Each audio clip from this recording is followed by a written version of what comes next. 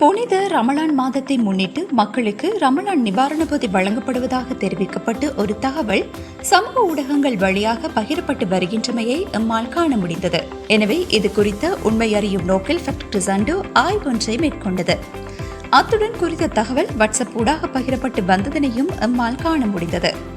சமூக ஊடகங்கள் வழியாக பகிரப்படும் மேற்குறிப்பிடப்பட்ட பதிவு தொடர்பில் நாம் அவதானித்த போது குறித்த பதிவில் ரமலான் நிவாரண பொதியை பெறுவதற்கு அந்த பதிவின் கீழ் கொடுக்கப்பட்டுள்ள இணைப்பை கிளிக் செய்து பதிவு செய்ய வேண்டும் என தெரிவிக்கப்பட்டிருந்தது.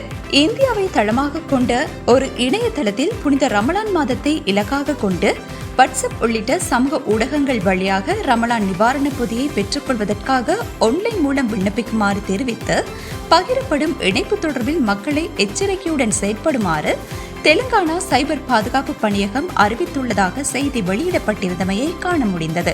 மேலும் நாம் இது குறித்து முஸ்லிம் சமய பண்பாட்டு அலுவல்கள் திணைக்களத்துடன் தொடர்பு கொண்டு வினவிய போது இவ்வாறான ரமலான் நிவாரண பொதிகளை வழங்குவதாக அரசாங்கத்தினால் இதுவரை எந்தவித அறிவித்தல்களும் விடுக்கப்படவில்லை எனவும் சமூக ஊடகங்கள் வழியாக பகிரப்படும் இந்த தகவல் முற்றிலும் போலியானது எனவும் அவர்கள் குறிப்பிட்டனர்.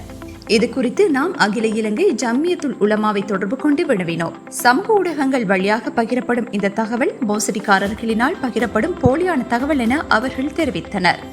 மேலும் இந்த ரமலான் மாதத்தில் இவ்வாறான மோசடிகள் அதிக அளவில் இடம்பெறுவதாகவும் அது தொடர்பில் மக்கள் மிகுந்த அவதானத்துடன் செயற்படுமாறும் கேட்டுக்கொண்டனர்.